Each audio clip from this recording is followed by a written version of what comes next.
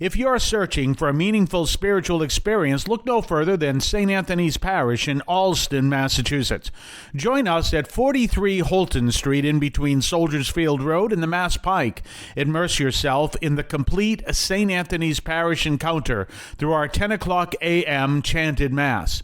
Whether you're a Catholic seeking a parish to call home or someone looking for spiritual guidance, our welcoming community is here for you.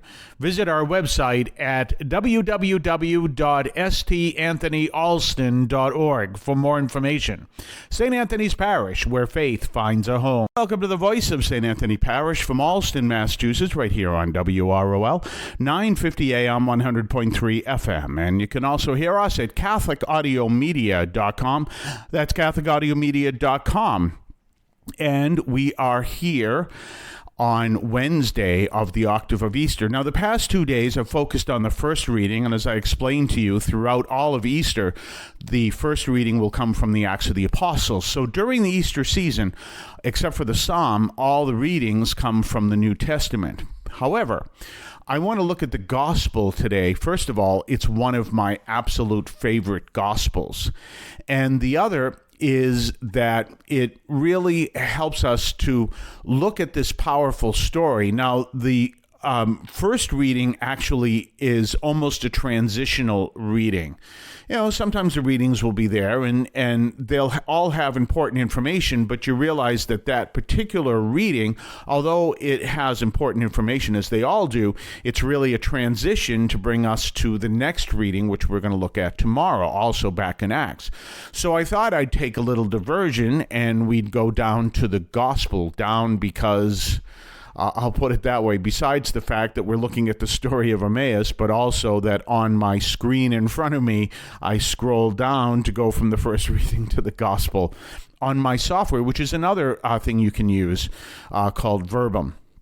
But in any case, I'm looking at Luke 24. As I said, this is my absolutely, positively favorite reading.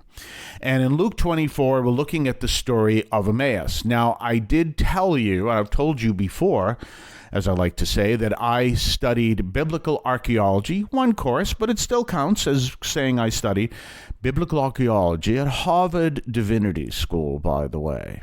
And so I did. And fascinating thing. Well, since then, of course, I've read biblical archaeological publications, including Biblical Archaeology Review. Just as a little note for those of you who may or may not know, there used to be two magazines, Biblical Archaeology Review and Bible Review, and they've combined a few years ago, so they are together. But they did a study, they published a study a few years ago, and no one has actually ever found a place where they can say, we know for a fact that this is Emmaus, but they have found 5 places that they think are candidates for Emmaus. So if you don't know the story, it's one of my favorites in the Bible. It's the day actually that Jesus resurrects from the dead. And these two apostles, or these two disciples, one of them we know is named Cleopas, and they're walking to Emmaus. They're leaving Jerusalem, heading to Emmaus. And as they are on the way, a stranger is with them, and they're walking with the stranger, and they're all upset because, first of all, they're hearing that Jesus resurrected from the dead, but they also know the story of who Jesus is, and they were there, and here they thought that Jesus was the Messiah, and then all of a sudden he dies on the cross, and they are in shock, and they're all upset, obviously, and then they just turn around and say, and then we're hearing reports that he resurrected from the dead. So now we're completely confused. Obviously, that's my words. And so then Jesus appears when he had appeared to them, and he's walking with them. He starts to show how everything said about him said about Jesus. Of course, they see him as a stranger. They don't see him as Jesus. Everything about this Jesus, so to speak, and he talks about all the scriptures that talked about he's coming, that this is the Messiah is, and that the death and resurrection of Jesus is part of this. And it's literally, I just love the story. So there they are walking to Emmaus, and he's relating this story. They don't recognize him as Jesus, and he's just relating this story. This is what the scripture said. You find it here. Bing, bing, bing, bing. Now, we know that Jesus coming once and then again are all in the scriptures. But we also know that Jesus, the Messiah coming to save us from the effects of original sin, is first announced in the book of Genesis, right after the fall. And God announces it to Adam and Eve. So we all know that is right, and it's part of the scriptures all the way through. One of the most powerful terms that you will find listed in the Bible about Jesus is the fullness of time. That's an important word, because what it means is, and this is so true, St. Augustine talked about this too, and St. Thomas Aquinas talked about this. You know, our understanding grows. You know, there's two understandings of who we are. There is a static understanding, and there's a dynamic understanding. Static understanding is that humanity doesn't change, it's the same, but maybe our technology and everything will change, and our way of living will change, but humanity is the same. And that is the I guess, one of the outgrowths of the creationist idea. Then there is the dynamic understanding, which would be the outgrowths of the evolution idea, that we develop in a lot of ways. And in either case, whichever one you accept, there is this idea of the fullness of time, that there comes a point that you need to reach a point before you can understand something. So a good example, I'll just go from a scientific perspective. We can look at the reality of the stars and the planets and everything else, but the understanding of our universe may not have been something that people could even possibly comprehend back in the time of the pyramids. And maybe they were just busy with everything else that they didn't have time to comprehend it. But that whole understanding of and granted, they did have some great studies and everything else, but they didn't have the telescope. So we look at that reality that our understanding grows over time. So that fullness of time means everything we can appreciate about Jesus and his coming and his resurrection is all happens at the time it does, because if it happened before that, people would not have that understanding that was needed to be able to embrace what was happening. So it was known as the fullness of time.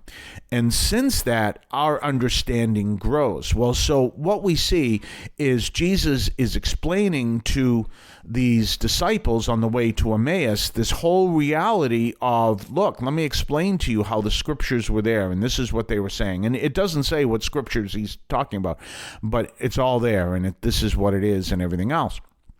And then they suddenly realize all this is explaining that what they are now confused about, they're now understanding, and they come to realize that this was the plan all along.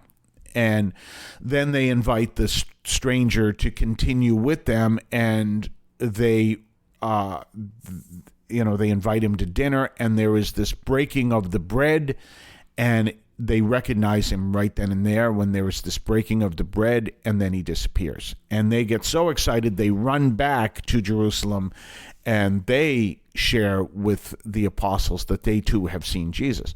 So this is a powerful moment, but it's a powerful story, but it also reflects something that's important, because we can look at it today.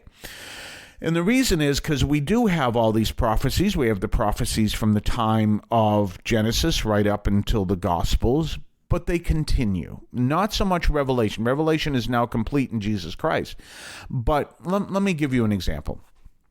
one of the things that fascinates me is we're living in a time in the world when there are many people who believe in God, but there are many who don't. They refuse to believe. Well, we do understand that one of the prophecies is that Jesus will come back in the clouds. Well, let's look at that for a minute. He'll come back in all his glory. What does that say? That says that there will come a time that Jesus will appear in such a way that the question of who he is and whether or not Jesus, whether or not we can put our faith in Jesus will at that point be established. In other words, if you see Jesus coming back in the clouds, you're not going to say, I don't believe him. You can't, because it's pretty obvious. It would be just the same thing the eclipse that's coming up next week, if I were to tell you, wow, every so often the moon goes in front of the sun and it blocks out the sun, and you go, I don't believe that's not possible. I'm going to tell you it's not, we take math and we take geometry and you tell me, and that's just not possible. And then all of a sudden it happens, then you can't say it's not possible. And you can say, well, my calculations, I couldn't figure out how that could possibly happen. And so you understand that eventually it comes to a point that you can't deny that that's a reality. Well, that prophecy, you can't deny. There will come a point where no one can deny the reality of Jesus Christ and the Father, Son, and Holy Spirit, everything we believe in. We're not there yet, but we will come to that point.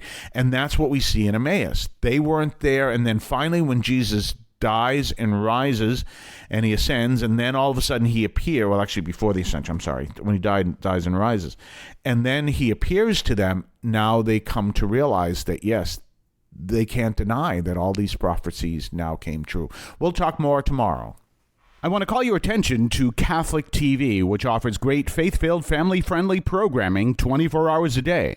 You can find your cable channel at www.getcatholictv.com, and you can watch online on the free apps or check out the YouTube channel. Daily Mass, Rosaries, the Divine Mercy Chaplet, and the Our Lady of Perpetual Help Novena are all available online and on demand. Check out CatholicTV.com. If you're searching for a meaningful spiritual experience, look no further than St. Anthony's Parish in Allston, Massachusetts. Join us at 43 Holton Street in between Soldiers Field Road and the Mass Pike. Immerse yourself in the complete St. Anthony's Parish encounter through our 10 o'clock a.m. chanted Mass. Whether you're a Catholic seeking a parish to call home or someone looking for spiritual guidance, our welcoming community is here for you. Visit our website at www.stanthonyalston.org for more information. St. Anthony's Parish, where faith finds a home.